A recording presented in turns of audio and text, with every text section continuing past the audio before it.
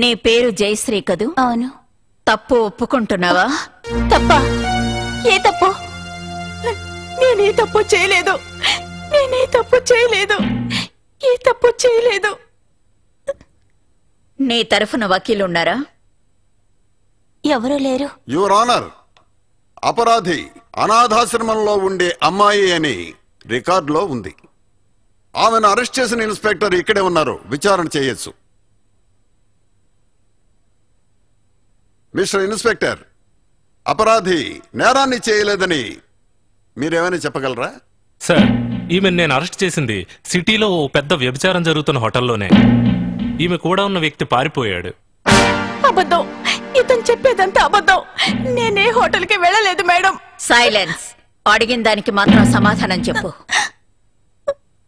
Immoral నేరాన్ని చేయబడిన ఒక అమ్మాయి కోర్టుకు వచ్చేటప్పుడు ఉత్తమరాలను వేషం వేయటం సహజమేనని గౌరవనీయులైన కోర్టు వారికి తెలియజేస్తున్నాను.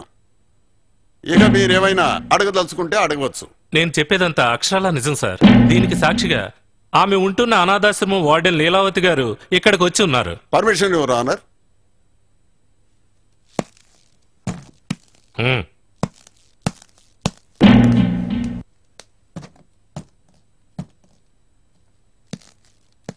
దేవుడి సాక్షిగా అంతా నిజమే చెప్తాను.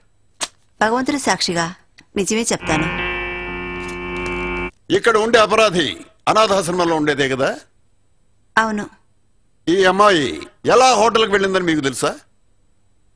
2 రోజుల క్రితమే పారిపోయింది. నేను ఎక్కడికి పారిపోలేదు. తెలియకపోవడానికి కారణం ఏంటో మీకు తెలుసా? తెలుసు. ఈ అమ్మాయికి స్టేట్ బోర్డులో నాట్యం కోసం అవార్డు వచ్చింది. ఆ తర్వాత ఈ సౌకర్యం పరిస్థితిలో ఉండలేనని చెప్పి అస్తమానం గొడవ పెట్టేది. తను సంతోషంగా ఉండాలని డబ్బు సంపాదించడం కోసం వెళ్లిపోయి ఉండొచ్చు.